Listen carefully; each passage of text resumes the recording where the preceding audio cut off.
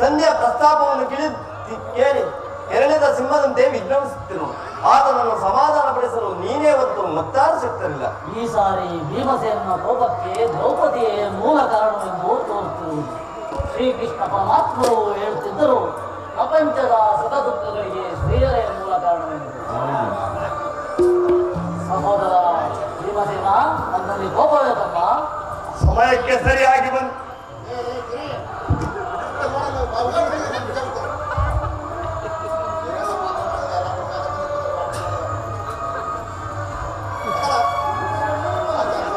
ಪಾಂಚಾಲಿ, ಸಮಾಚಾರವೇನು? ಅಣ್ಣನೇಕೆ ಸಿಟ್ಟಾಗಿರುವನು? ಏಕೆ ಈ ನನ್ನ ವಿರಬೋಧರು ನಿಮ್ಮ ಪ್ರಶ್ನೆಗೆ ತಕ್ಕ ಉತ್ತರವನ್ನು ಕೊಡುತ್ತಿಲ್ಲವೇ? ಅಗ್ರಜ, ನನಗೆ ಯಾರ ಮೇಲೆಯೂ ಕೋಪವಿಲ್ಲ. ಅರ್ಜುನ ಸಮ್ಮುಖದಲ್ಲಿ ನಿಮಗೊಂದು ವಿಚಾರವನ್ನು ತಿಳಿಸಬೇಕಾಗಿತ್ತು. ಅದು ನಿಮ್ಮಿಬ್ಬರ ಸಮ್ಮುಖದಲ್ಲಿ. ಸಂಧಿಯ ಪ್ರಸ್ತಾವನೆ ಮಾಡಿಕೊಂಡು ಕಂಡವರ ಮನೆಯ ಬಾಗಿಲಲ್ಲಿ ಸಂಧಿಗಾಗಿ ಯಾಚನೆ ಮಾಡುವುದು ನಿಮಗೆ ಉಚಿತವಾದ ಕಾರ್ಯವಾಗಿರಬಹುದು. ಅರ್ಜುನನು ಅನುಭವಿಸಬಹುದು, ನಕುಲ ಸಹದೇವರು ಸುಮ್ಮನಿರಬಹುದು. ಕಂಡವರ ಮನೆಯ ಬಾಗಿಲಿನಲ್ಲಿ ಸಂಧಿ ಯಾಚನೆಯನ್ನು ಮಾಡಿ ದರಿದ್ರ ಭಿಕ್ಷಿಕರಂತೆ ಯಾಚಿಸಲು ಪಾಂಡುರಾಜೇಂದ್ರನು ನಮ್ಮನ್ನು ಪುತ್ರರನ್ನಾಗಿ ಪಡೆಯಲಿಲ್ಲ. ಯುದ್ಧಕ್ಕಾಗಿ ನಿಮ್ಮ ಅನುಮತಿಯನ್ನಾಗಲಿ ಅರ್ಜುನನ ಸಹಾಯವನ್ನಾಗಲಿ ಎಂದಿಗೂ ಬಯಸುವುದಿಲ್ಲ. ನಾನು ಮತ್ತು ಈ ನನ್ನ ಕಲೆ ಈ ನೆರಳೆ ಕುರುಕುಲವನ್ನು ಸಂಪೂರ್ಣವನ್ನಾಗಿ ನಾಶ ಮಾಡಬಲ್ಲವು. ನೀವು ನಿಶ್ಚಿಂತರಾಗಿ ಸಂಧಿಯ ಪ್ರಸ್ತಾವನೆಯಲ್ಲಿ ತೊಡಗಿರಿ. ನನಗೆ ತೋರಿದ್ದನ್ನು ಮಾಡುವ.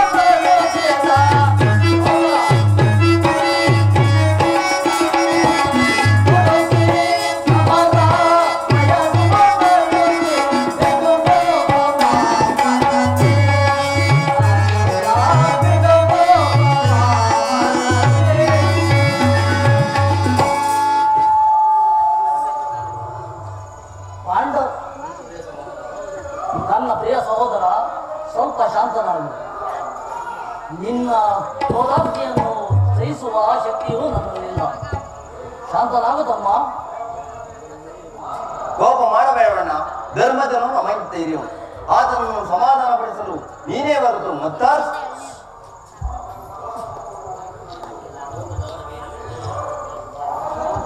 ಕೋಪ ಮಾಡಬೇಡವಣ್ಣ. ಧರ್ಮಜನು ನಮಗಿಂತ ಹಿರಿಯವನು. ಆತನ ಇಷ್ಟಕ್ಕೆ ವಿರುದ್ಧವಾಗಿ ಯುದ್ಧವನ್ನು ಪ್ರಾರಂಭಿಸುವುದು ಅನುಚಿತ. ಏನು ಹೇಳಿದೆ ಪಾಂಚಾಲಿ?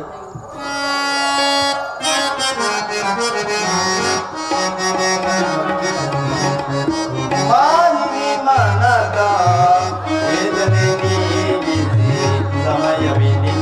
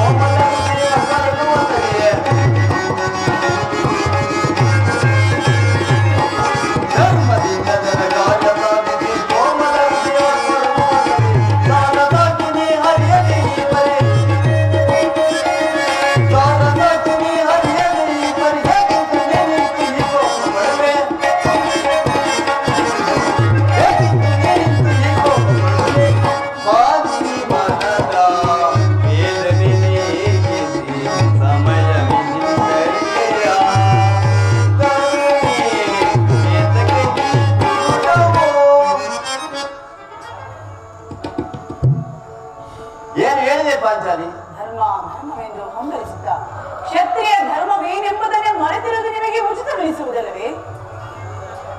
ದ್ರೌಪದ, ಯುದ್ಧದಂತೆ ಶಾಂತಿ ರಕ್ಷಣೆಯು ಕೂಡ ಕ್ಷತ್ರಿಯನ ಕರ್ತವ್ಯ. ನಾವು ವಿಮಾನಕ್ಕೆ ವಶರಾಗಿ ಯುದ್ಧವನ್ನು ಪ್ರಾರಂಭಿಸಿದರೆ ಅದರ ತಪ್ಪಿಗಾಗಿ ಪ್ರಾಯಶ್ಚಿತ್ತಕ್ಕಾಗಿ ಮುಂದೆ ಆಲೋಚಿಸಬೇಕಾಗುತ್ತದೆ. ಆದ್ದರಿಂದ ನಾನು ಬಾರಿ ಬಾರಿಗೂ ಸಂಧಿಗಾಗಿ ಪ್ರಯತ್ನಿಸುತ್ತಿದ್ದೇನೆ. ರಾಜೀವ್ ಧೌಮ್ಯನನ್ನು ಸಂಧಿಗಾಗಿ ಕಳುಹಿಸಿ ಅಪಮಾನಗೊಂಡಿದೆ. ಕುಲಪುರೋಹಿತರನ್ನು ಕಳುಹಿಸಲು ಇದು ಮದುವೆ ಯಾವುದರ ಕೂಟವಲ್ಲ ಪರಿಜ್ಞಾನವೂ ನಿಮಗೆ ಪುನಃ ಶ್ರೀಕೃಷ್ಣ ಪರಮಾತ್ಮನನ್ನು ಕಳುಹಿಸಿ ಎಲ್ಲಿ ಅಪಮಾನ ಕೀಡು ಮಾಡುವರೆಂಬುದೇ ನನ್ನ ಚಿಂತೆಯಾಗಿದೆ. ಏನೀ ಕೋಲಾಹಲ?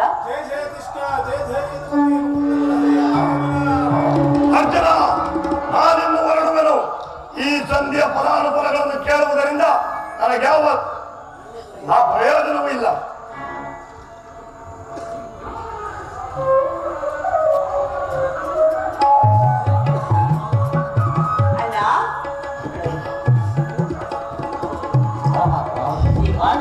ಪ್ರಣಾಮಗಳನ್ನು ಸ್ವೀಕರಿಸುವ. ಧರ್ಮನಂದನ, ವಿಜಯಶಾಲಿಯಾಗು. ಅಣ್ಣ,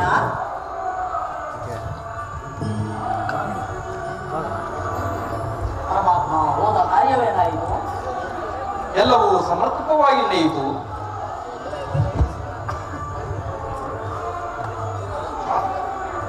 ಹೋದ ಕಾರ್ಯವೇನಾಯಿತು?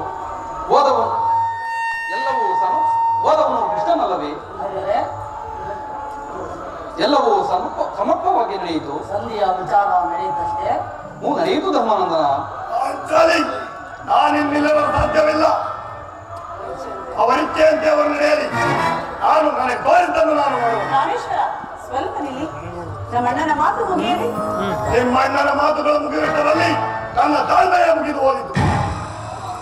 ಏನಾಯಿತು? ಎಲ್ಲವೂ ತಕ್ಕ ರೀತಿಯಲ್ಲಿ ತಾನು ನಿರೀಕ್ಷಿಸಿದಂತೆ ನಡೆಯಿತು. ಸಂಧಿಯ ವಿಚಾರ ನಡೆಯುತ್ತಷ್ಟೇ. ನಡೆಯುವುದು ಧರ್ಮಾನಂದನ. ನನಗಿಲ್ಲಿರಲು ಕೃಷ್ಣ, ನನಗಿಲ್ಲಿರಲು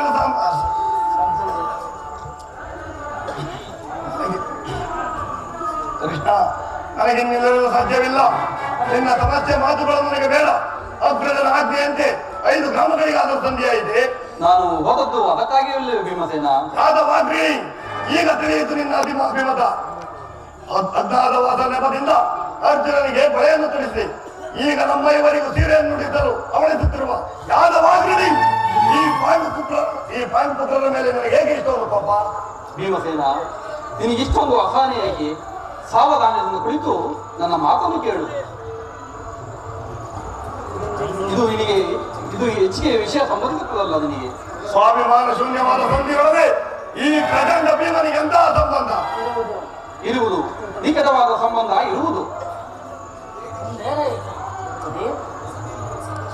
ಸಭೆಯಲ್ಲಿ ನಿಮ್ಮ ಸಂದೇಶವನ್ನು ತಿಳಿಸಿರುವುದು, ಅದಕ್ಕೆ ಎಲ್ಲರೂ ಒಪ್ಪಿರುವರು. ಎಲ್ಲ ಭೀಷ್ಮ ದ್ರೋಣಾದಿ ಒಪ್ಪಿದರು. ಆ ದುರ್ಯೋಧನ ಆತನೂ ಸಹ ಒಪ್ಪಿದನು. ಕೃಷ್ಣ, ಇನ್ನು ನನಗಿಲ್ಲಿ ಕೆಲಸವಿಲ್ಲ. ಈ ದುರ್ವಾರ್ತೆಯನ್ನು ಕೇಳಲು ನೀನು ಇಚ್ಛಿಸುತ್ತಿದ್ದೆ, ಅದನ್ನು ನೀನು ಸಾಧಿಸೇ ಬಿಟ್ಟೆ. ಸಾಧಿಸು, ಚೆನ್ನಾಗಿ ಸಾಧಿಸು. ಸಹೋದರರೇ, ನಿಮ್ಮ ಅಪೌರುಷ ವರ್ತನೆಯ ಪುರಸ್ಕಾರವನ್ನು ನೀವೇ ಪುಂಜಿಸಿರಿ. ಅದರಲ್ಲಿ ಈ ಪ್ರಚಂಡ ಭೀಮನಿಗೆ ಯಾವ ಭಾರವನ್ನು ನಿರೀಕ್ಷಿಸುವುದಿಲ್ಲ. ಸೇನಿ, ಈ ಭೀಮನು ಬದುಕಿದ್ದರೆ ನಿನ್ನ ಪ್ರತಿಜ್ಞೆಯನ್ನು ನೆರವೇರಿಸದೆ ಬಿಡುವನು. ನಿಲ್ಲೆಯ ಭೀಮಸೇನ, ನೀನು ನಿಜವಾಗಿಯೂ ವಿಡಂಬತಿಯ ಸರಿ. ನಿನಗೆ ಇಷ್ಟೊಂದು ಕೋಪವಿದ್ದರೆ ಈ ರಕ್ಕಸರನ್ನು ಆಳುವುದು ಹೇಗೆ ಸಾಧ್ಯ? ಸ್ವಲ್ಪ ಸವಾದದಿಂದ ನನ್ನ ಮಾತನ್ನು ಕೇಳು. ಸುಮ್ಮನೆ ನನ್ನನ್ನು ಕಾಡಬೇಡ ಕೃಷ್ಣ. ಈ ಸಂಧ್ಯೆ ವಿಚಾರವು ನನಗೆ ಒಪ್ಪದು. ನಿನಗೆ ಒಪ್ಪುವ ಒಂದು ವಿಚಾರವಿರುವುದು. ದುರ್ಯೋಧನ ನಿನಗೆ ಪ್ರಿಯವಾದ ಸಂದೇಶವನ್ನು ತಿಳಿಸಿರುವುದು. ಏನು? ದುರ್ಯೋಧನನ ಸಂದೇಶವೇ? ಹಾಗಾದರೆ ಅದರ ಉದ್ದೇಶ ಸಂಧಿಯಾಗಿರಲಾರದು. ಏನು ಕೃಷ್ಣ, ಏನಾ ಸಂದೇಶ? ನೀನು ನನ್ನ ಬಳಿ ಕೈ ಕಟ್ಟಿ ಕುಳಿತುಕೊಂಡವರೆಗೂ ಪರಿಹಾಸವೇ ಕೃಷ್ಣ? ಇಲ್ಲ, ಇದು ಪರಿಹಾಸದ ಭೀಮಸೇನ. ನಿನ್ನನ್ನು ಕಂಡರೆ ನನಗೆ ಅಷ್ಟೊಂದು ಭಯ. ನಿನ್ನ ಗದೆಯನ್ನು ಪಕ್ಕದಲ್ಲಿ ಇಟ್ಟು ನನ್ನ ಪಾರ್ಶ್ವದಲ್ಲಿ ಕುಳಿತುಕೊಂಡರೆ ಆ ಪ್ರಿಯವಾದ ಸಂದೇಶವನ್ನು ಹೇಳುವುದು. ಇಲ್ಲ, ನಿಂತಿನಲ್ಲೇ ಹೇಳಿಬಿಡು. ನೀವು ಕುಳಿತುಕೊಳ್ಳುವವರೆಗೂ ಹೇಳುವುದಿಲ್ಲ. ಆಗಲಿ, ಹೇಳು ಕೃಷ್ಣ.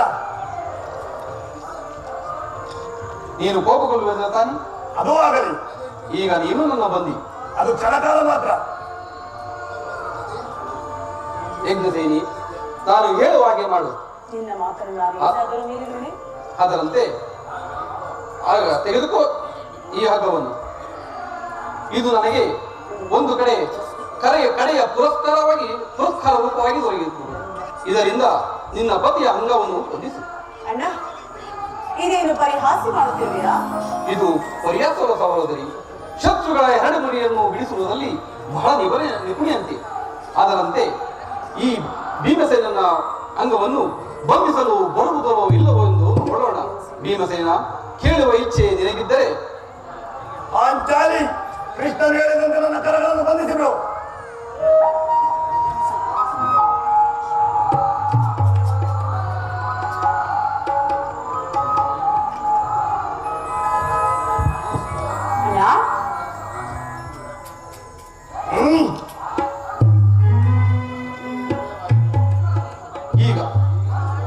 ಈಗ ನಿರ್ಭಯವಾಯಿತು. ಈಗ ಎಲ್ಲ ಕೇಳಿರಿ. ಭೀಮಸೇನನ್ನು ಬಂಧಿಸುವ ಹಗ್ಗವು ಇಂದು ನನಗೆ ರಾಜ್ಯಸಭೆಯಲ್ಲಿ ಅಂಗಾಂಗಗಳನ್ನು ಬಂಧಿಸಲು ನೆರವಾಯಿತು.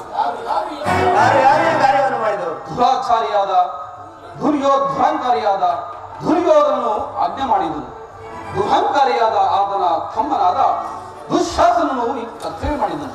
ಪಾಂಚಾಲಿ, ಈತನನ್ನು ಬಿಟ್ಟರೆ ಮತ್ತಾರು ಮಾಡಲು ಸಾಧ್ಯ? ಪಾಂಚಾಲಿ, ಈಗಲೇ ನನ್ನ ಕೈಗಳನ್ನು ಬಿಟ್ಟರು. ನಮ್ಮ ಪ್ರಿಯ ಬಂಧುವಾದ ಕೃಷ್ಣನನ್ನು, ಪಾಂಡವರ ರಾಯಭಾರಿಯನ್ನು, ಆ ಕುಂದಿಕವರನ್ನು ಈ ರೀತಿ ಅಪಮಾನ ಮಾಡಿದರೆ ಈ ದುಸ್ಸಾಹಸದಿಂದ ದುರ್ಯೋಧನ ದುರಾಭಿಮಾನ ಶಿಖರವನ್ನು ಮುಟ್ಟಿದೆ. ಅಗ್ರಜ, ಧನಂಜಯ, ಇದಕ್ಕೆ ನಿಮ್ಮ ಉತ್ತರವೇನು? ಇಷ್ಟು ಮಾತ್ರವಲ್ಲ, ದುರ್ಯೋಧನನು ಸಂಧಿಗಾಗಿ ಕೊಟ್ಟ ಉತ್ತರ 5 ಗ್ರಾಮವನ್ನಾದರೂ 5 ಮಾರು ಭೂಮಿಯನ್ನು ಸಹ ಕೊಡುವುದಿಲ್ಲ ಎಂದು ನಿರಾಕರಿಸಿದರು.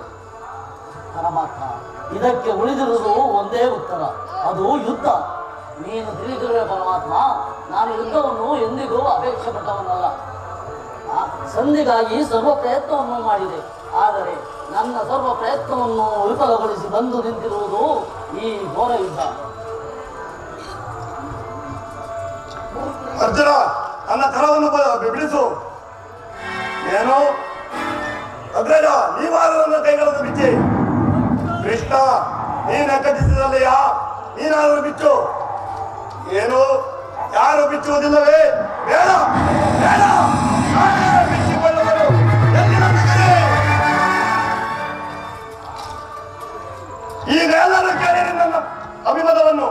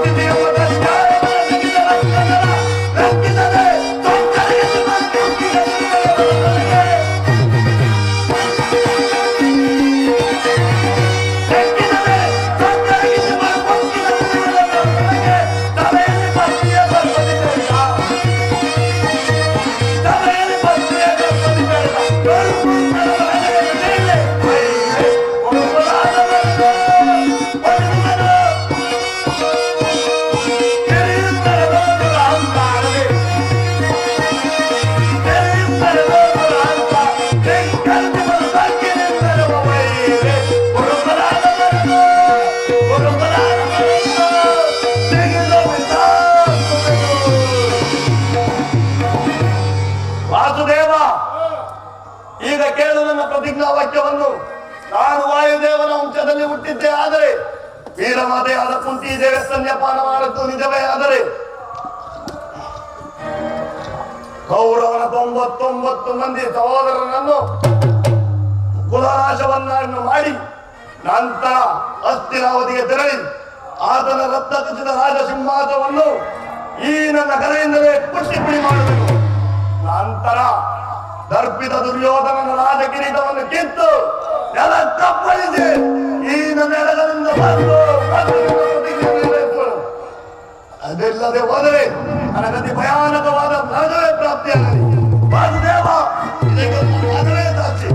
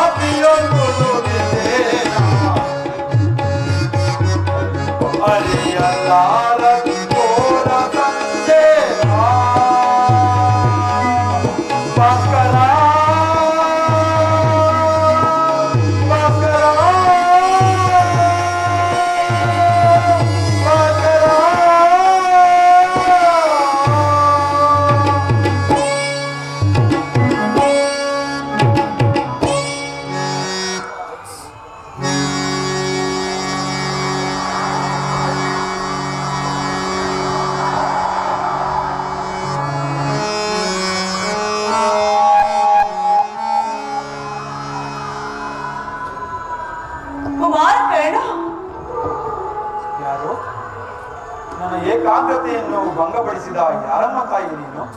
ಕುಮಾರ, ನೀನು ಪೂಜಿಸುತ್ತಿರುವ ಸರ್ವಸಾಕ್ಷಿ ಸೂರ್ಯದೇವರ ಜ್ವಲಂತ ಪ್ರಭೆಯನ್ನು ನಿನಗೆ ಮೊದಲು ತೋರಿಸಿದ ಸ್ತ್ರೀ. ಈ ನಿರ್ಭಾಗ್ಯಗಳನ್ನು ಕುಂತಿ ಎಂದು ಕರೆಯುವರು ಕರ್ಣ. ಕುಂತಿ ಅಂದರೆ ಅರ್ಜುನನ ತಾಯಿ. ಅಮ್ಮ, ಈಗೋ ನಿನಗೆ ನಮಸ್ಕರಿಸುವೆನು. ಕೀರ್ತಿಶೀಲನಾಗು ಕರ್ಣ. ಕೀರ್ತಿ? ಎಂತಹ ಕೀರ್ತಿ ಅಮ್ಮ ನನ್ನದು?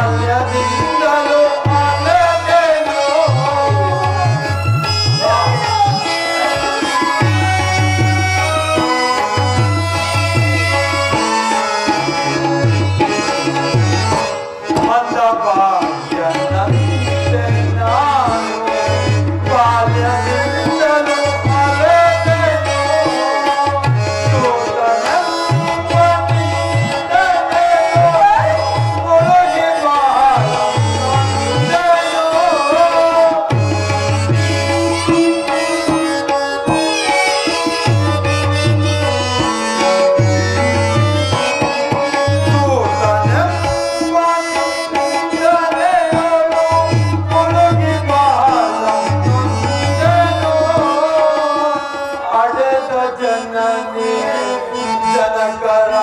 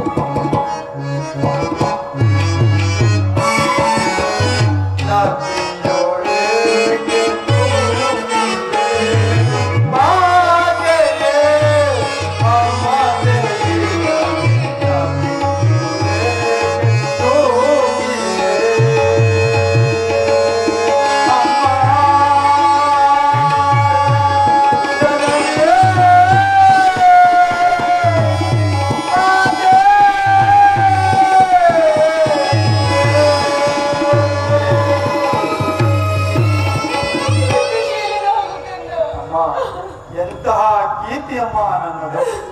ಅಮ್ಮ, ಹುಟ್ಟಿದ ಕೂಡಲೇ ನನ್ನನ್ನು ಗಂಗಾ ನದಿಯಲ್ಲಿ ತೇಲಿ ಬಿಡಲು ನಾನು ಮಾಡಿದ ಅಪರಾಧವಾದರೂ ಏನು ತಾಯಿ?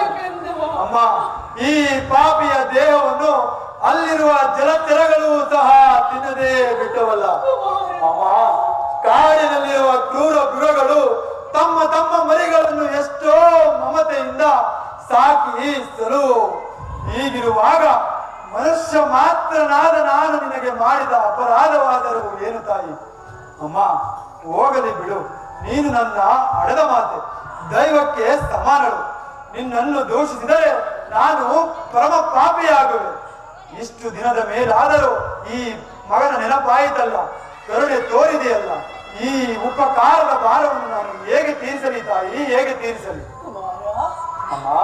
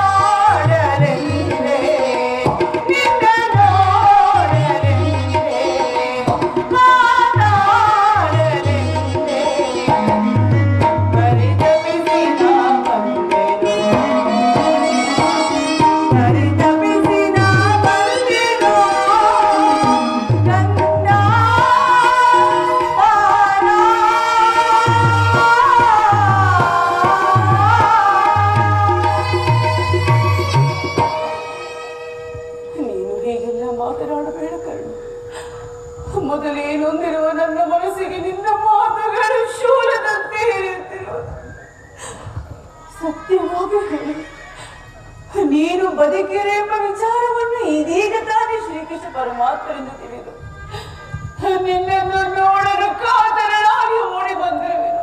ಕುಮಾರ, ಬಾಲ್ಯದಿಂದಲೂ ನೀನು ಅನುಭವಿಸಿದ ಕಷ್ಟ ನಷ್ಟಗಳಿಗೆಲ್ಲ ಈ ಪಾಪಿಯಾದ ಬುದ್ಧಿಯೇ ಕಾರಣ. ಕ್ಷಮಿಸು ಕರ್ಣ. ಅಮ್ಮ, ನೀನು ಈ ರೀತಿ ಮಾತನಾಡುವುದು ಬಾಲಕನ ಅಮ್ಮ ನೀನು ಈ ರೀತಿ ಮಾತನಾಡುವುದು ಬಾಲಕನಾದ ನನಗೆ ಶ್ರೇಯಸ್ಕರವಲ್ಲ ತಾಯಿ. ನಾನು ಹತಭಾಗ್ಯನು. ನನ್ನ ಕರ್ಮಕ್ಕೆ ನೀನೇನು ತಾನೇ ಮಾಡಿಯೇ ತಾಯಿ. ನಿನ್ನ ಪಾದ ಸೇವೆಯನ್ನು ಮಾಡುತ್ತಿರುವ ಆ ಪಾಂಡವರಲ್ಲವೇ ಸುಕೃತಶಾಲಿಗಳು. ನನಗಂತಹ ಭಾಗ್ಯ ಎಲ್ಲಿಂದ ಲಭಿಸಬೇಕು ತಾಯಿ? ಈಗಲಾದರೂ ಪಾಂಡವರೊಡನೆ ಸೇರಿ ರಾಜಭಾರವನ್ನು ಮಾಡುವಂತೆ ಮಾತಂದ. ಅಮ್ಮ, ಇದೊಂದು ಮಾತನ್ನು ಬಿಟ್ಟು ಬೇರೇನಾದರೂ ಕೇಳು ತಾಯಿ, ಖಂಡಿತವಾಗಿಯೂ ನಡೆಸಿಕೊಡುವೆನು. ಆದರೆ ನಾನು ಜೀವಿಸಿರುವ ತನಕ ನನ್ನ ಸ್ವಾಮಿ ದ್ರೋಹವನ್ನು ಮಾತ್ರ ಮಾಡಲಾರೆ ತಾಯಿ. ನಾನು ನಿನ್ನಲ್ಲಿ ಸೆರಗುಟ್ಟಿ ಸಮಾಧಾನ ಅಮ್ಮ, ವೀರಮಾತೆ ಆದ ನೀನೇ ಹೇಳು. ಬರದಾತನನ್ನು ತೊರೆಯುವುದೇ. ಆತನು ನನ್ನನ್ನೇ ನಂಬಿ ಯುದ್ಧ ಹೂಡಿರುವಾಗ, ಆತನ ಕಾರ್ಯಗಳು ನನ್ನಿಂದಲೇ ಸಾಧಿಸಬೇಕಾಗಿರುವಾಗ ಇಂತಹ ಸಂಬಂಧಗಳನ್ನು ಕಲ್ಪಿಸಿಕೊಂಡು ಆತನನ್ನು ತೊರೆದರೆ ನಾನು ನರಕಕ್ಕೆ ಬೀಳದೇನೆ. ನನ್ನ ತಂದೆ ತಾತಂದಿರು ನರಕಕ್ಕೆ ಬೀಳದೇನೆ. ಮುಂದೆ ಹುಟ್ಟುವ ಮಕ್ಕಳು ಮೊಮ್ಮಕ್ಕಳು ಕಳ್ಳನಿಂತಹ ನೀಚನೆಂದು ಶಪಿಸದಿರಲಿ. ಅಮ್ಮ, ವೀರ ಮಾತೆಯಾದ ನೀನೇ ಇಂಥ ಬೋಧನೆಯನ್ನು ಮಾಡುತ್ತಾಯಿ. ನಿಶ್ಚಯ ನಿನ್ನ ಮಾತುಗಳೆಲ್ಲ ಮೋಕ್ಷದ ಸಾಹಸ. ಆದರೆ ಪಾಂಡವರು ನಿನ್ನ ಬೆನ್ನಿಗೆ ಬಿದ್ದ ಸಹೋದರರು, ಅವರ ಕ್ಷೇಮ ನಿನ್ನ ಕ್ಷೇಮವಲ್ಲವೇ? ನೀವಾರು ಜನ ಸೇರಿ ರಾಜ್ಯಭಾರ ಮಾಡುವುದನ್ನು ನಾನು ನೋಡಿ ಸಂತೋಷ ಪಡಬಾರದೆ ಕರ್ಣ. ಅಮ್ಮ, ಪಾಂಡವರು ನನ್ನ ಸಹೋದರನೆಂಬ ಭಾವನೆಯೇ ನನ್ನಲ್ಲಿರಲಿಲ್ಲ ತಾಯಿ. ನೀನು ಎಳೆತನದಲ್ಲಿ ನಿಷ್ಕರುಣೆಯಿಂದ ಬೆಳೆಸಿಯ ಸೊಸೆಯು ಪೋಷಿಸುವವರಿಲ್ಲದೆ ಒಣಗಿ ಹೋಗಿರುವುದು ಪುನಃ ಸಿಗಿರುವುದೇ? ಮಮ ಪ್ರಾಣ ಈ ಪಾಂಡವವೆಂದು ಶ್ರೀಕೃಷ್ಣ ಪರಮಾತ್ಮನು ಹೇಳಿರುವಾಗ ಅವರ ಪ್ರಾಣಕ್ಕೆ ಭಯವೆನಿದು ತಾಯಿ. ಬಿಡು ತಾಯಿ ನಿನ್ನ ವ್ಯಥೆಯನ್ನು. ಪೌರುಷವಿರುವ ತನಕ ಹೋರಾಡಿ ನನ್ನ ಸ್ವಾಮಿಗಾಗಿಯೇ ಪಡೆಯುವೆನು ತಾಯಿ. ಅಮ್ಮ, ಆತನಿಗೆ ನನ್ನ ಮೇಲಿರುವ ನಂಬಿಕೆ ನೀನೇನು ಬಲ್ಲೆ ತಾಯಿ. ಈ ಪ್ರಪಂಚವೇ ನನ್ನನ್ನು ಸೂತನೆಂದು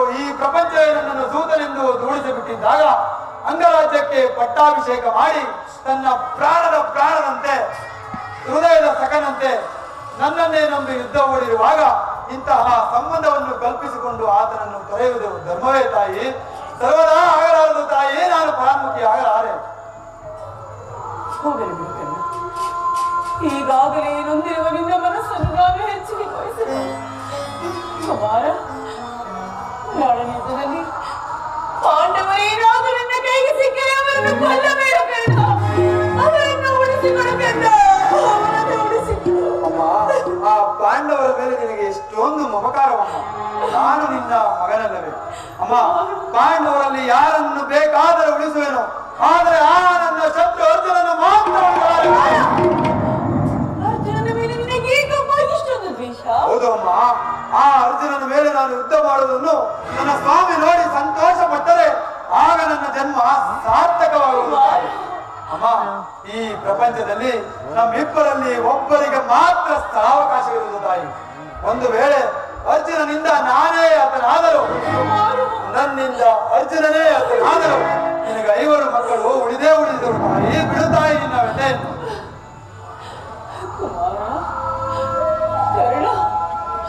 ಕಟ್ಟ ಕಡೆಯದಾಗಿ ನನ್ನದೊಂದು ಮಾತನ್ನಾದರೂ ನಡೆಸಿಕೊಡುವೆಯ ಕಂದ? ನಿನ್ನದೊಂದು ಮಾತನ್ನು ನಡೆಸಿಕೊಡಲಾಗದೆ ಬಿಡು ಪಾಪಿ ಎಂದು ಭಾವಿಸಿದೆ. ಸತ್ಯವಾಗಿ ನಡೆಸಿಕೊಡುವೆಯ? ಸತ್ಯವಾಗಿ ನಡೆಸಿಕೊಡಬೇಕು.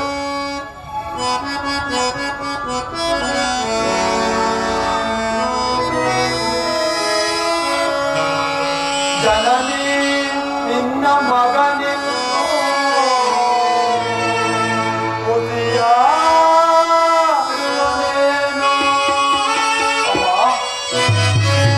ಜನನಿ ನಿನ್ನ ಮಗನಿವನು ಮುಸಿಯಾಡುವನೇನು. ಮಾತೆಯ ಮಾತಿಗೆ ಮುಸಿಯಾಡಿದರೆ ಮೆಚ್ಚುವನೇ ಆ ಭಾಸ್ಕರನು.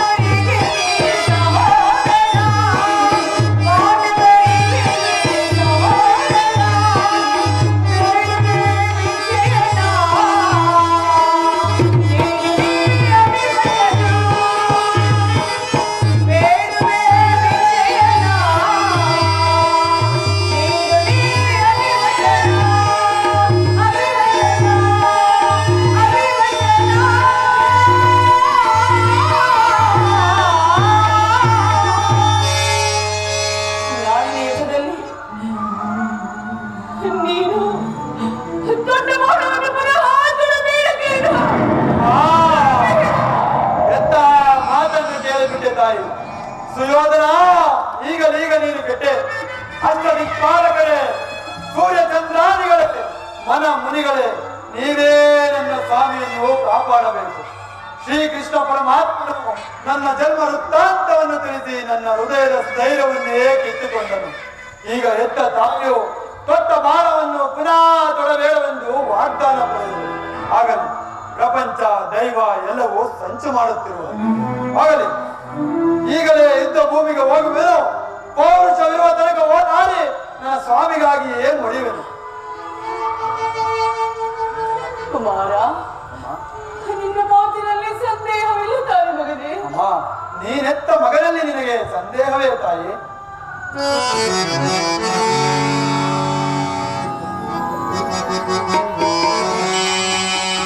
ಎತ್ತ ಕರುಳಿನ ಬಾಧೆಯನ್ನು ಸತ್ಯತಾಗಿ ಧರ್ಮವನ್ನು ಬಿಡಲು ಸತ್ತ ಕಡೆಯೋ ಕರ್ಮದಾತಿಗೆ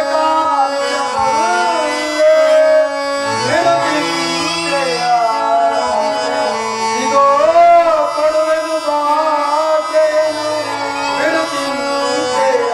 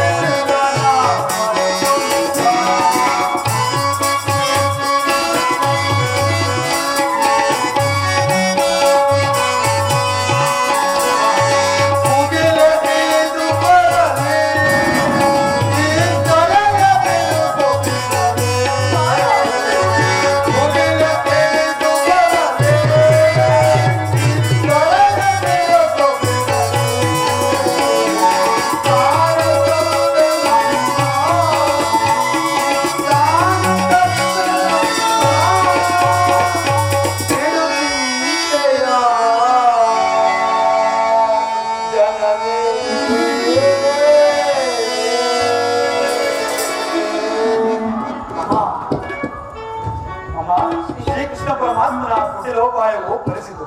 ಈ ಯುದ್ಧದಲ್ಲಿ ನಮಗೆ ಖಂಡಿತವಾಗಿಯೂ ಜಯವಿಲ್ಲ. ನಿಮ್ಮೆಲ್ಲರ ಇಚ್ಛೆಯಿಂದಾಗಲಿ ಹೋಗಿ ಬಾತಾಯಿ. ಅಮ್ಮ ಅಮ್ಮ, ಇಗೋ ನೀನು ಎತ್ತ ತಾಯಿಯ ಪ್ರಥಮ ದರ್ಶನವು ಇಂದಾಯಿತು. ಪುನಃ ನಿನ್ನನ್ನು ನೋಡುವ ಭಾಗ್ಯ ಲಭಿಸುವುದೋ ಇಲ್ಲವೋ? ಅಮ್ಮ, ಕಟ್ಟ ಕಡೆಯದಾಗಿ ನನ್ನದೊಂದು ಮಾತಿದೆ ಅಮ್ಮ. ಅದನ್ನು ನಡೆಸಿಕೊಡಬೇಕೆಂದು ಅತಿ ವಿನಯದಿಂದ ಪ್ರಾರ್ಥಿಸುವೆನು ತಾಯಿ. ಸತ್ಯವಾಗಿ ನಡೆಸಿಕೊಡುವೆನು ಹೇಳು ಮಗನೇ. ಅಮ್ಮ, ಈ ಯುದ್ಧವು ಮುಗಿಯುವ ತನಕ ಈ ಕರ್ಣನು ನಿನ್ನ ಮಗನೆಂಬ ವಿಚಾರವನ್ನು ಯಾರೊಂದಿಗೂ ಹೇಳಬೇಡ ತಾಯಿ. ದೈವವಶಾತ್ ಈ ಯುದ್ಧದಲ್ಲಿ ಈ ಕರ್ಣನೇನಾದರೂ ಹತನಾದರೆ ಧರ್ಮರಾಜೆಂದರೆ ನನ್ನ ಉತ್ತರ ಕ್ರಿಯಾದಿಯನ್ನು ಮಾಡಿಸಬೇಕೆಂದು ಅತಿ ವಿನಯದಿಂದ ಪ್ರಾರ್ಥಿಸುವೆನು ತಾಯಿ. ಇಷ್ಟೊಂದು ಸಂಕಟ ರಾಶಿಗಳಿಂದ ಈ ಸಾಮ್ರಾಜ್ಯ ಉಳಿಯುವುದಾದರೆ ಅಂತಹ ಸಾಮ್ರಾಜ್ಯವೇ ನಾಶವಾಗಿ ಹೋಗಲಿ. ನಾಶವಾಗಿ ಹೋಗಲಿ.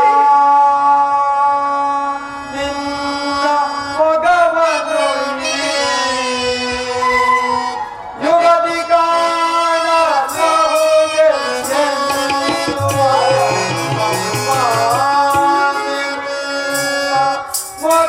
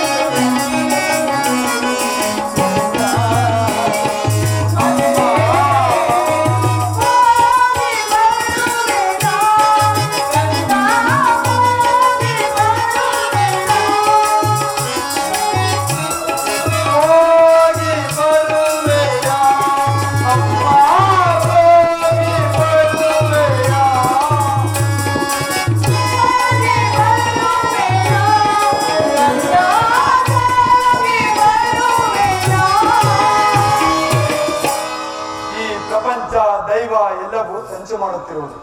ಈಗಲೇ ಯುದ್ಧ ಭೂಮಿಗೆ ಹೋಗುವೆನು.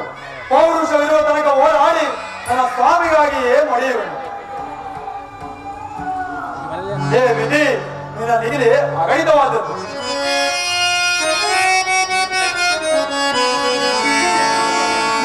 ಹರಿತವರ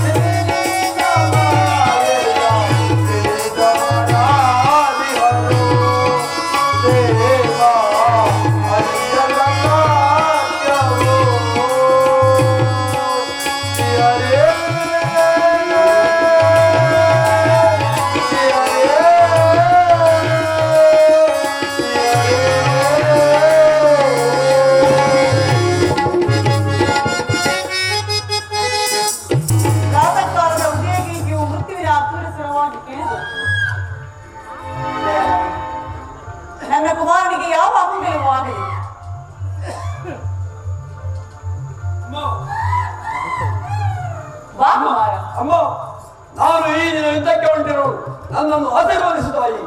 ಯುದ್ಧ? ಇದೆಂತಹ ಕೆಟ್ಟ ಸುದ್ದಿ ಕುಮಾರ. ನಿನಗೆ ಯುದ್ಧಕ್ಕೆ ಅನುಜ್ಞೆಯನ್ನು ಕೊಟ್ಟವರಾರು?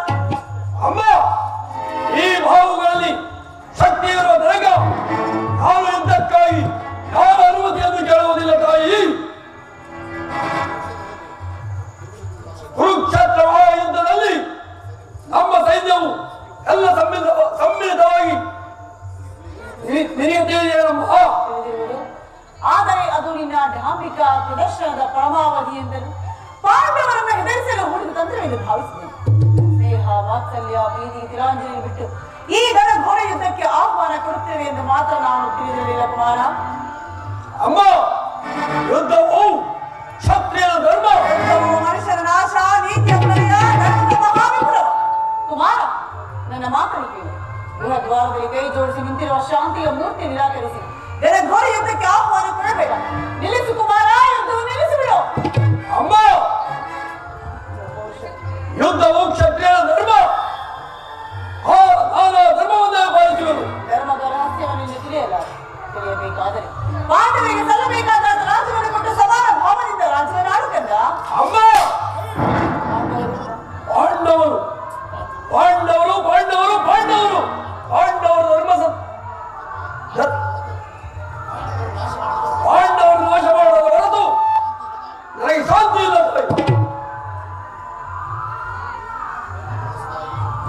ನನ್ನನ್ನು ಅರಸು ತಾಯಿ. ಈ ಜ್ಞಾತ ಹಿಂಸೆಗೆ ಗಾಂಧಾರಿಯ ಶುಭ ಕಾಮನೆಗಳಿಗೆ ಅಷ್ಟೊಂದು ಅವಶ್ಯಕತೆ ಹೊಂದಲಾರೆ ಕುಮಾರ, ನೀನು ಹೊಂದಲಾರೆ, ಹೊರಟು ಹೋಗು. ಅಮ್ಮ, ಮಾತೃವಾಕ್ಯವನ್ನು ತಿರಸ್ಕರಿಸಿದ ಪಾಪದ ಫಲವು ನಮ್ಮ ಪಾಲಿಗೆ ಹಚ್ಚಿದ್ದ ಬುದ್ಧಿಯಾದರೂ ಚಿಂತೆ ಇಲ್ಲ ತಾಯಿ. ನಾನು ನಮ್ಮ ಶತ್ರುಗಳನ್ನು ಆಹ್ವಾನಿಸಿ ಶತ್ರುವನ್ನೆಲ್ಲ ನಿನ್ನ ಮೃತ್ಯುವನ್ನು. ಅಮ್ಮ, ಹಸ್ತಿನಾವತಿ ಅರ್ಥ ಸಿಂಹಾಸನ ಮೂರ್ತದ ಮಡುವಿನಲ್ಲಿ ಮುಳುಗಿ ಹೋಗುವುದು. ಮುಳುಗಲಿ.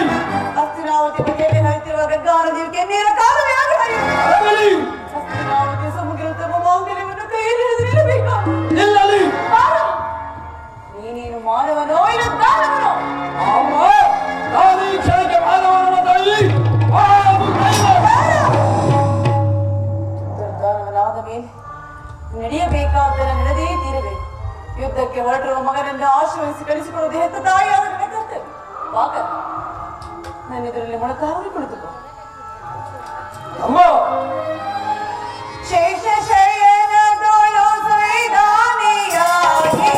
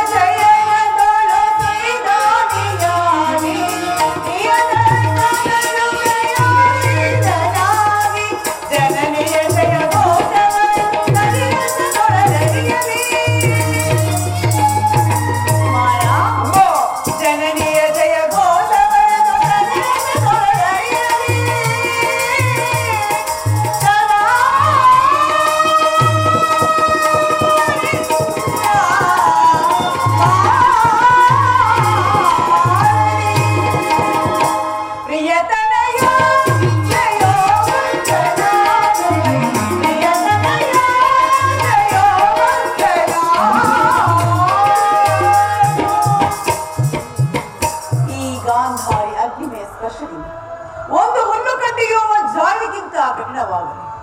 ಕುಮಾರ, ಯಾರಲ್ಲಿ ಧರ್ಮವಿರುವುದೋ ಅವರಿಗೆ ಜೇಲು. ಯಥೋ ಧರ್ಮ ಸದೋ ಯಥೋ ಧರ್ಮ ಸದೋ ಯಥೋ ಧರ್ಮ ಸದೋ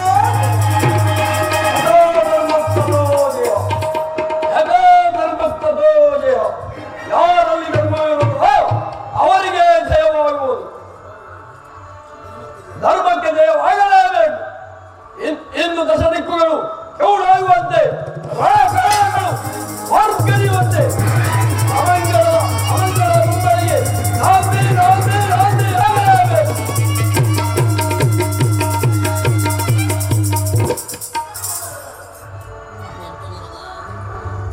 ಸಹೋದರ ಭೀಮಸೇನ, 10 ದಿನಗಳ ಘೋರ ಯುದ್ಧದ ತರುವಾಯ ಭೀಷ್ಮನು ಪರಾಜಿತನಾದನು.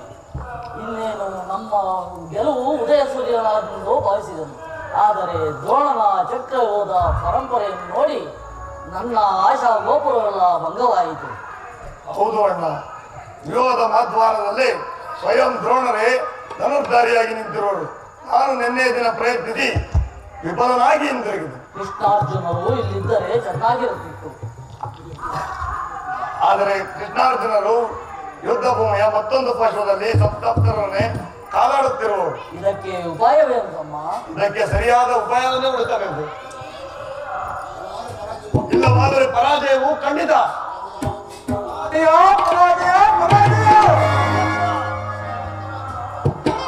ಎಂತ ಮಾತು ದೊಡ್ಡಪ್ಪ, ನಿನ್ನ ಕೈಯಲ್ಲಿ ಗದೆಯಿರಾದ ಪೂಜ್ಯ ತಂದೆಯ ಕಪಿಧ್ವಜವು ಯುದ್ಧ ಭೂಮಿಯಲ್ಲಿ ಹಾಳಾಡುತ್ತಿರುವಾಗ ಪಾಂಡವರಿಗೆ ಅಪದೇವೆ, ಈಗ ನಮಗೊದಗಿರುವ ಅಂತಹ ಆಪತ್ತೇನು? ಕುಮಾರ ಅಭಿಮನ್ಯು, ದ್ರೋಣನ ಚಕ್ರವ್ಯೂಹದ ಪರಂಪರೆಯಿಂದ ನಮ್ಮ ಸೈನ್ಯವೆಲ್ಲವೂ ನಾಶವಾಗುತ್ತಿರುವುದು.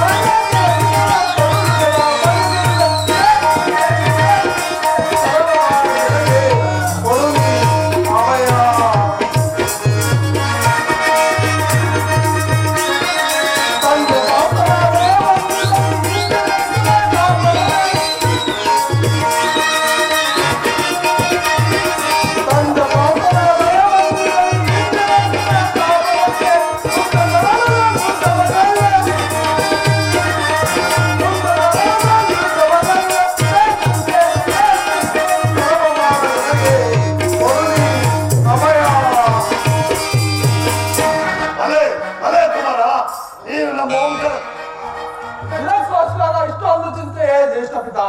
ನಾನು ಆ ಚಕ್ರವ್ಯೂಹವನ್ನು ಭೇದಿಸುವೆನು. ಅದಕ್ಕೆ ಅನುಮತಿ ಪಡೆದುಕೊಳ್ಳುವುದಾಗಿ ನಿಮ್ಮಲ್ಲಿ ಬಂದೆ. ಬಾಪು ಬಾಪು ನೀವು ಬಾಪು, ನೀನು ನಮ್ಮ ವಂಶದ ಗೌರವ ಸ್ವರೂಪನೇ ಸರಿ. ಕುಮಾರ ಅಭಿಮನ್ಯು, ನೀನಿನ್ನೂ ಚಿಕ್ಕವನು. ಇಂತಹ ದುಸ್ಸವಾಸ ಕಾರ್ಯಕ್ಕಾಗ ನಿನ್ನನ್ನು ಕಳಿಸುವುದು ಲೋಕಾಭಿಮತವೆನಿಸುವುದಿಲ್ಲ. ದೊಡ್ಡಪ್ಪ ದೊಡ್ಡಪ್ಪ, ನಾನು ಚಿಕ್ಕವನೆಂದು ಈ ರೀತಿ ಹೇಳುತ್ತಿರುವೆಯಾ? ನಿಮ್ಮ ಕಣ್ಮುಂದಿರುವ ಈ ಪಾರ್ಥಿವದೇಹವು ಚಿಕ್ಕದಿರಬಹುದು, ಆದರೆ ಅದು ಈಗ ಜೀವಜ್ಯೋತಿಯು ಚಿಕ್ಕದ್ದಲ್ಲ. ಶಾಸ್ತ್ರ ಜಯದ ಪ್ರಕಾಶದಿಂದ ಅದು ಜ್ವಲಮಯವಾಗಿ ಬೆಳಗುತ್ತಿದೆ. ಶಾಸ್ತ್ರದ ಪ್ರತಿಬಿಂಬ ಪ್ರತಿಫಲಕದಿಂದ ಅದು ವಿಜೃಂಭಿಸುತ್ತಿದೆ. ಅದು ತನ್ನ ಮಹತ್ ಪ್ರಕಾಶದಿಂದ ಕುರುಕ್ಷೇತ್ರವನ್ನು ಬೆಳಗಲು ಅವಕಾಶ ದೊರೆತಿದೆ. ಅದನ್ನು ವ್ಯರ್ಥ ಮಾಡಬೇಡ ತಂದೆ, ನನಗನುಮತಿ ಕೊಡು, ನನಗನುಮತಿ ಕೊಡು. ಆಗ ತಿಳಿವೆ ಪಾರ್ಥನಂತೆ ಪರಾಕ್ರಮಶಾಲಿ ಎಂಬುದನ್ನು. ಹೌದು ಅಣ್ಣ, ಅನಾವಶ್ಯಕವಾಗಿ ಹೌದು ಅಣ್ಣ, ಅಭಿಮಾನಿಯ ಪ್ರಾರ್ಥನೆಯನ್ನು ಒಪ್ಪಿಕೋ. ಅನಾವಶ್ಯಕವಾಗಿ ದೊರೆತ ಸಹಾಯವನ್ನು ವಿಫಲವನ್ನು ಮಾಡುವುದು ಅನುಚಿತ. ನಿನ್ನಿಷ್ಟದಂತೆ ಆಗಲಿ ಸಹೋದರ. ಈ ಮುತ್ತು ಬಾಲಕನ ಪ್ರಾಣವನ್ನು ನಿನ್ನ ಕೈಯಲ್ಲಿಡುವನು. ನಿಮ್ಮೆಲ್ಲರ ಆಶೀರ್ವಾದವು ನನ್ನನ್ನು ವಜ್ರ ಕವಚದಂತೆ ರಕ್ಷಿಸಿಕೊಂಡಿರಲು ಭಯವಿಲ್ಲವನು ದೊಡ್ಡಪ್ಪ. ಕುಮಾರ, ತಂಗಲ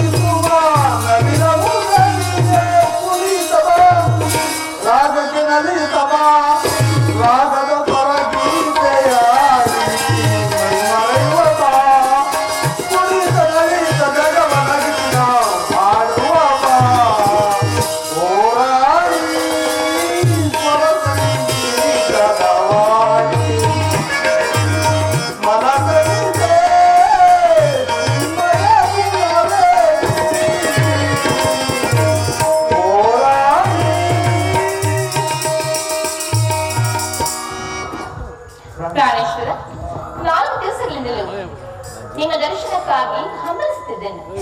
ಅದು ಇಂದು ಲಭಿಸಿತು. ಪ್ರೇಯಸಿ, ನಿನ್ನ ದರ್ಶನವೇ ನಾವು ಹೊಂದಿದೆ.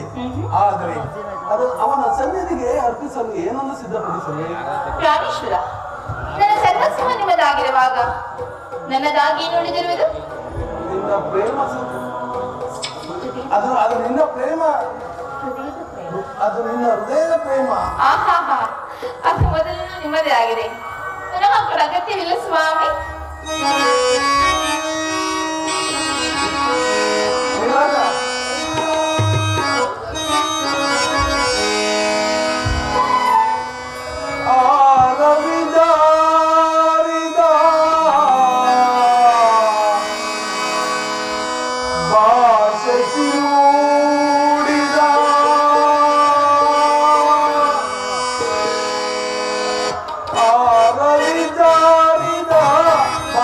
Yes.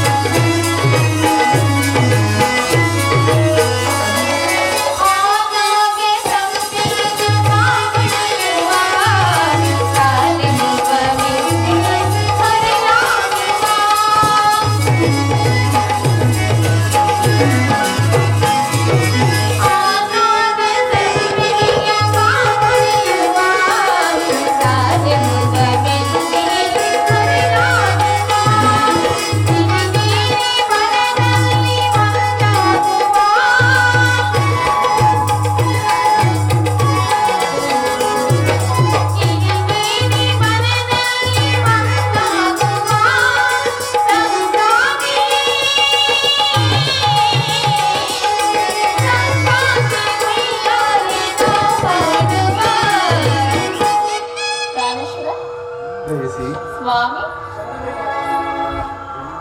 ಮಾತನಾಡಿ ಸ್ವಾಮಿ. ಆಹಾ ಪ್ರೇಯಸಿ ನಾಮದು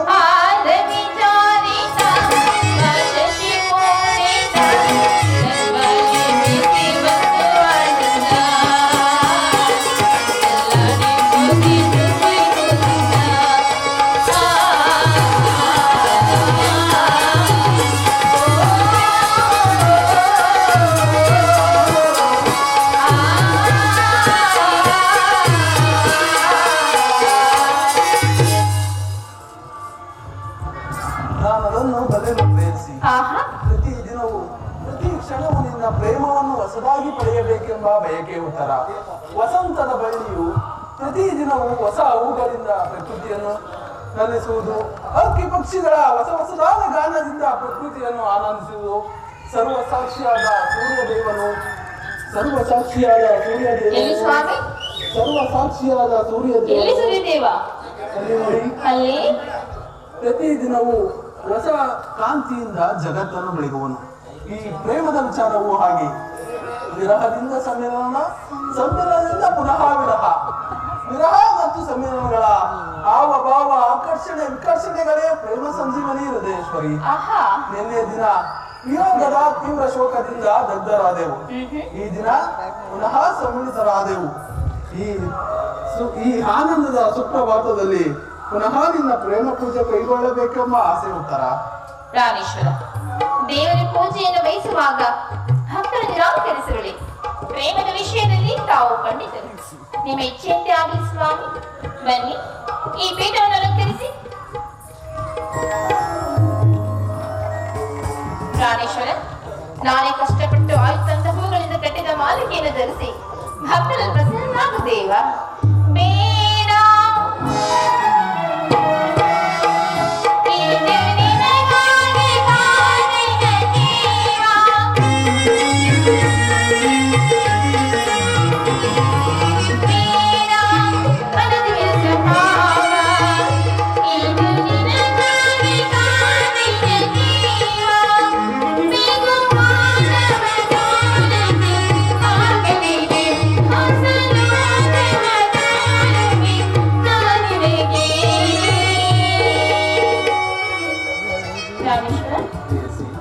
ಧರಿಸಲೇ ಧರಿಸಲೇ ಸ್ವಾಮಿ. ಆ ಮೋಡ ಬಾನಲ್ಲಿ ನೀಲಾಡಿದ ನನಗಾಗಿ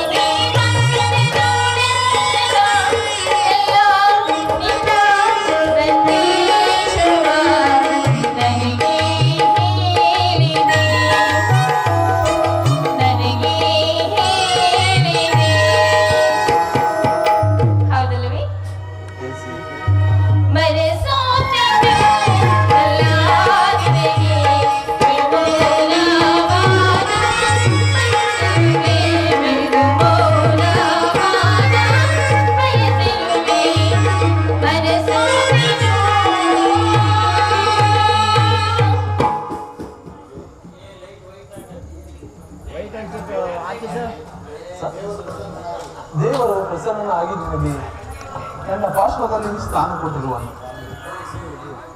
ಕುಳಿತುಕೊಳ್ಳಿ ಸ್ವಾಮಿ.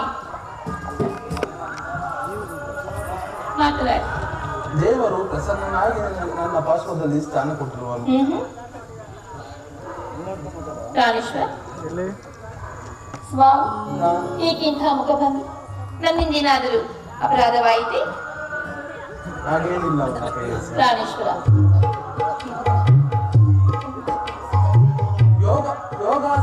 ಯೋಗಾವಸ್ಥಾರವು ದೊರೆತಾಗ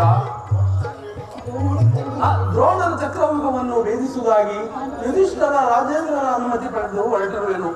ನನ್ನನ್ನು ತಡೆಯಬೇಡ ಪ್ರೇಯಿಸಿ, ರಘುಮುಖದಿಂದ ಕಲಿಸಿಕೊಡು. ಪ್ರಾಣೇಶ್ವರ, ಈ 4 ದಿವಸಗಳಿಂದಲೂ ತಾವು ಯುದ್ಧದಲ್ಲಿ ನಿರತರಾಗಿರುವಿರಿ. ಈ ದಿವಸವಾದರೂ ನನ್ನ ಸಂಗಡ ಸಂತೋಷವಾಗಿ ಕಾಲವನ್ನು ಕಳೆಯಬಾರದೆ? ಯುಧಿಷ್ಠಿರ ರಾಜೇಂದ್ರರ ಅನುಮತಿಯ ಪಡೆದು ಹೊರಟಿರುವನು. ನನ್ನನ್ನು ತಡೆಯಬೇಡ ಪ್ರೇಯಸಿ, ನಗುಮುಖದಿಂದ ಕಲಿಸಿಕೊಡು.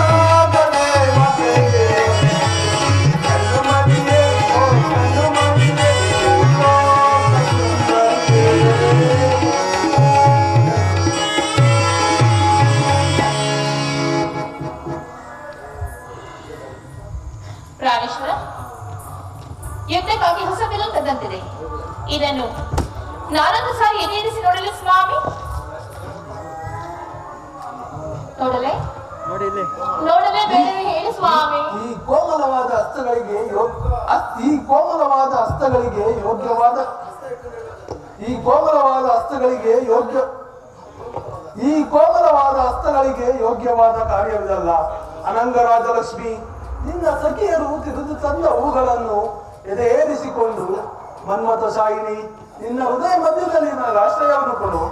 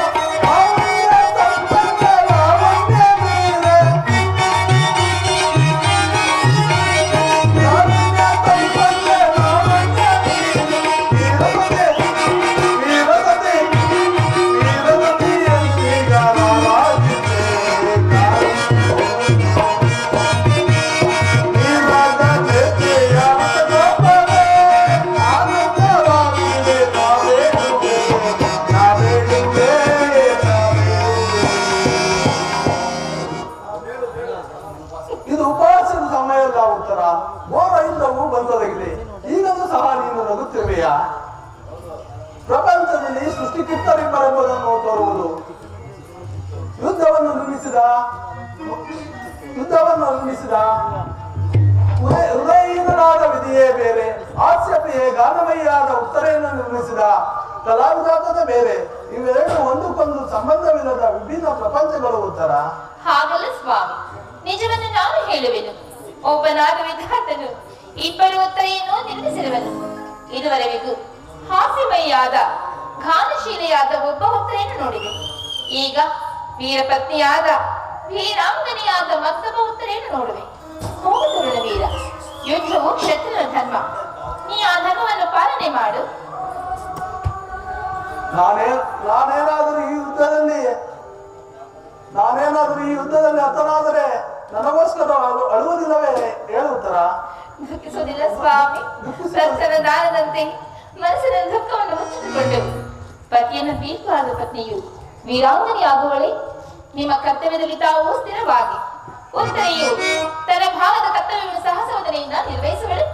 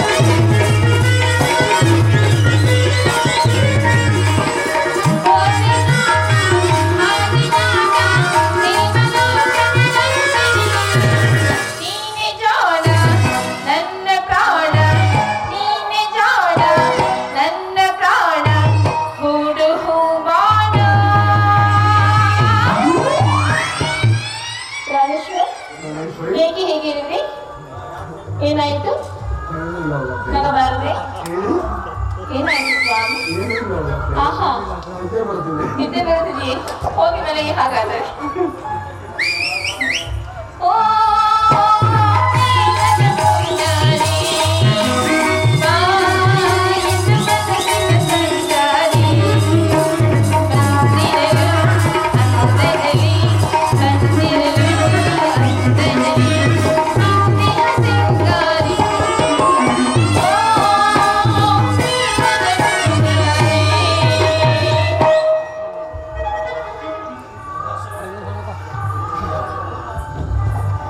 ಇನ್ನು ನನಗೆ ಆಜ್ಞೆಯನ್ನು ಕೊಡು. ಆಹಾ, ಈ ಹೊತ್ತು ವಿಷಯ ಮಾರೇನು? ಅದೆಲ್ಲ ಇಷ್ಟೇ ಅಲ್ಲ ಸ್ವಾಮಿ, ಹಾಗಾದ್ರೆ ಈಗ ಅತ್ಯವಂತಪುರಕ್ಕೆ ಹೋಗೋಣವೇ? ಇಲ್ಲೇ ಇರೋಣವೇ? ಅಂತಃಪುರಕ್ಕೆ ಹೋಗೋಣ. ಹೋಗೋಣವೇ? ನಾನೇನು ಸ್ವಾಮಿ ಹೋಗೋಣ.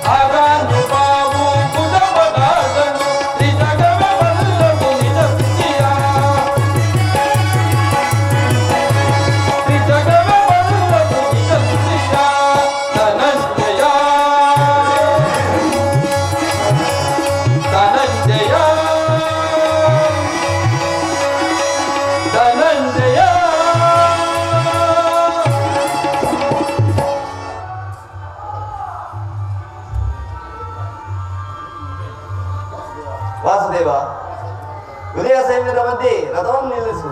ನನ್ನೊಡನೆ ಯುದ್ಧ ಮಾಡಲು ಸಿದ್ಧರಾಗಿರುವ ಯೋಧರನ್ನು ಸಾರಿ ನನಗೆ ತೋರಿಸು. ಇನ್ನ ಹೆಚ್ಚು ಅರ್ಜುನ, ಕೌರವನ ಚದುರಂಗ ದಳ ಸಮೇತರಾದ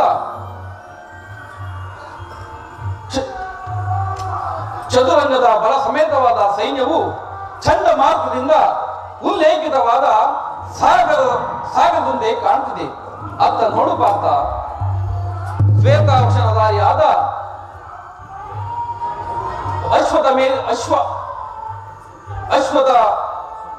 ಅಶ್ವಮೇಧಿತ ಶೋಭಿತ ರಥದಲ್ಲಿ ಶ್ವೇತವಶನಧಾರಿಗೆ ಕುಳಿತಿರುವ ಆ ಮಹಾಪುರುಷನೇ ನಿನ್ನ ಸೇನಾಧಿಪತಿಯು. ಭೀಷ್ಮನು ನೆರೆಕೂದಲಿನಿಂದ ತುಂಬಿದ ಆತನ ಪುಸ್ತಕದಲ್ಲಿ ಅಧಿಕಾರದ ಮುಕ್ಕುಟವು ಬೆಳಗುತ್ತಿರುವುದು. ಆತನನ್ನು ಪಾರ್ಥ, ಆತನೇ ನಿನ್ನ ಪಿತಾಮಹನು. ಭಾರತ ವಂಶದ ಕೀರ್ತಿ ಜ್ಯೋತಿಯು ಯುದ್ಧವನ್ನು ಪ್ರಾರಂಭಿಸುವ ಮೊದಲು ಈ ಮಹಾಪುರುಷನಿಗೆ ವಂದಿಸು. ಆಜ್ಞೆ ಮಾಧವ. ಭೀಷ್ಮನು ಪೂಜಾ ಪಿತಾಮಹ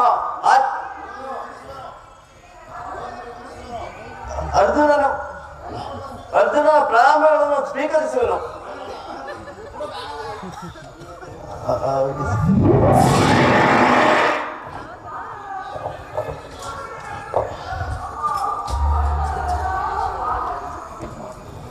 ವಾಸುದೇವ,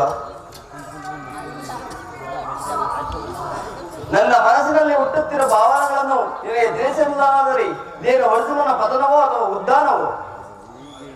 ಮಿತ್ರ, ತತಸ್ತು. ಏಕೆ ಏನಾಯಿತು? ವಿಕಲಚೇತನವಾಗಿರುವೆ.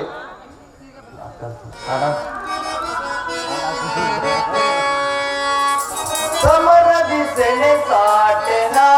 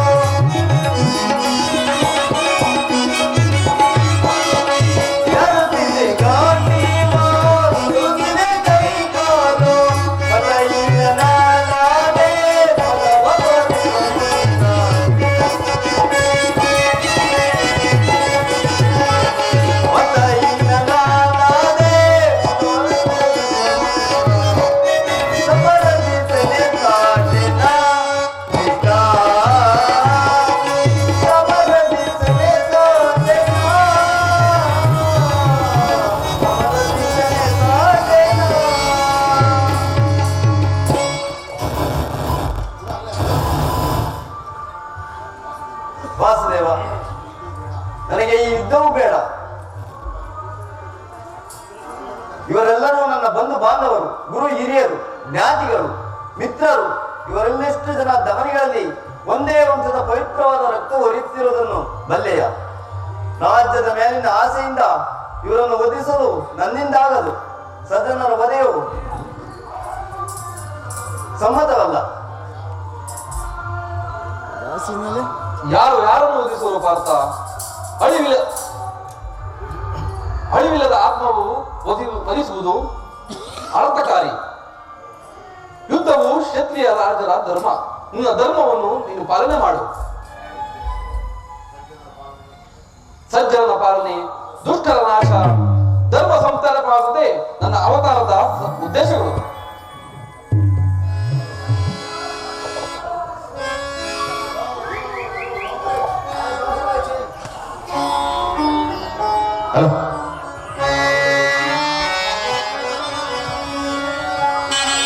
ಯಥಾ ಯಥಾ ಹಿ ಧರ್ಮಸ್ಯ ಗ್ಲಾನಿರ್ಭವತಿ ಭಾರತ ಅಭ್ಯುತ್ಥಾನಾಮ ಧರ್ಮಸ್ಯ ತದಾತ್ಮಾನಂ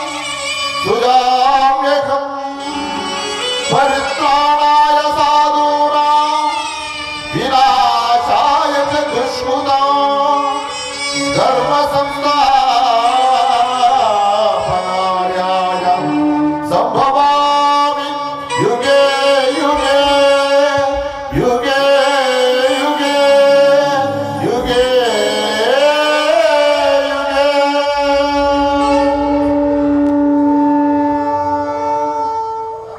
ಪರಮಾತ್ಮ, ನಿನ್ನ ನುಡಿಗಳಿಂದ ನನ್ನ ಮೋಹವು ನಾಶವಾಯಿತು, ಹೃದಯದ ಅಂಧಕಾರವು ಹರಿಯಿತು. ಯೋಗೇಶ್ವರಿ, ನಿನ್ನ ವಿಶ್ವರೂಪವನ್ನು ತೋರಿಸಿ ನನ್ನನ್ನು ಕೃತಾರ್ಥನಾಗಿ ಮಾಡು. ತದಸ್ತು ಪಾರ್ಥ, ನನ್ನ ವಿಶ್ವರೂಪ ದರ್ಶನವನ್ನು ಮಾಡು.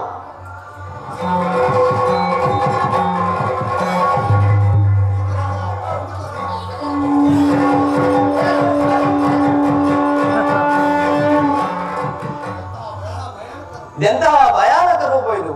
ಮಾನವನ ಚಕ್ಷುಗಳಿಂದ ನಾನು ನೋಡಲಾರೆ. ಗೋಪಿಕಾ ಅಲ್ಲವ, ನಿನ್ನ ಸೌಮ್ಯರೂಪವನ್ನು ನನ್ನ ಪ್ರಾರ್ಥನೆ ಮಾಡು. ಎನ್ಮನವು ಚಂಚಲದ ಕಾರ್ಗತ್ತರಾಗಿ ಬೆಳಕು ನೀನಾಗಿ ಸ್ಥಿರಚಿತ್ತವಾಯಿತು ದೇವ. ಕಿಂಕರರ ಬರೆಯೋ ಕರುಣ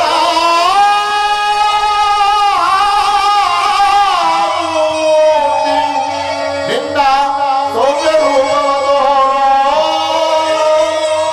ಶರಣೋ ಶರಣೋ ಗಿರಿಧಾರಿ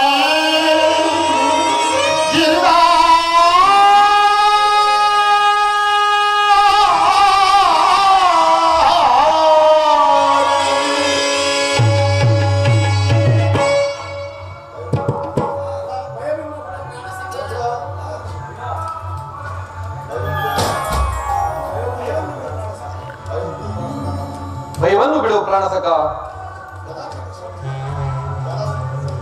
ಗದಾ ಚಕ್ರ ಶೋಭಿತವಾದ ನನ್ನ ಶೋಭಿತ ದರ್ಶನ ಮಾಡು. ತೆಗೆದುಕೋ ಬಿಲ್ಲು ಬಾಣಗಳನ್ನು, ಸಮರ ಗೀತೆಯನ್ನು ಒಣಗಿಸು. ಆಜ್ಞೆ ಮಾಧವ.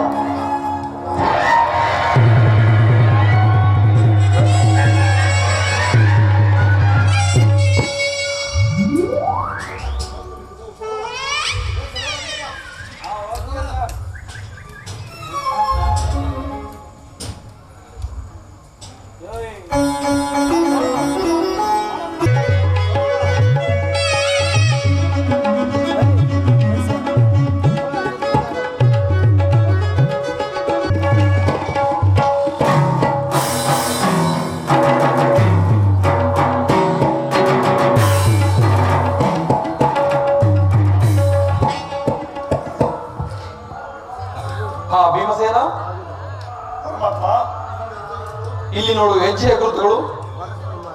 ಇಲ್ಲಿಯ ಸರೋವರದಲ್ಲಿ ದುರ್ಯೋಧನನು ಅಡಗಿ ಕುಳಿತಿರುವನು. ಹೊರಗೆ ಬರುವಂತೆ ಕೂಗು. ಎಳೆಯೋ ದುರ್ಯೋಧನ, ಇಂಥ ದೊಡ್ಡ ಹೆಸರನ್ನು ಪಡೆದು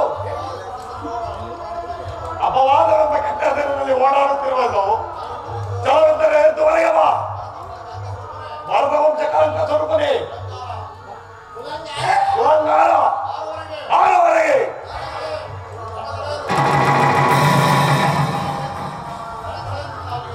ತಡೆ ತಡೆ ನಿನ್ನ ನಾಲಿಗೆಯನ್ನು.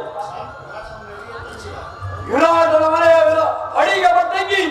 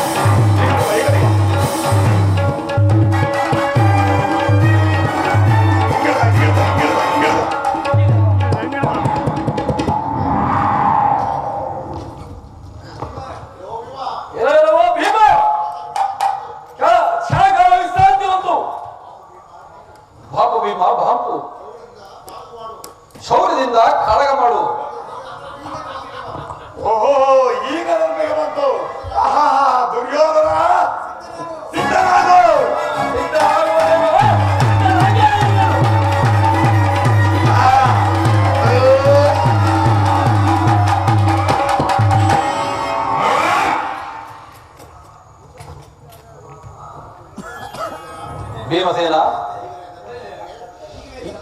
ಈಗಲೇ ಧರ್ಮನಂದನಿಗೆ ಹಸ್ತಿನಾವತಿಯ ರತ್ನ ಸಿಂಹಾಸನವನ್ನು ಏರಿಸಿ ರಾಜ್ಯ ಪಟ್ಟಾಭಿಷೇಕ ಮಾಡೋಣ. ಆಗಲಿ ವಾಸುದೇವ.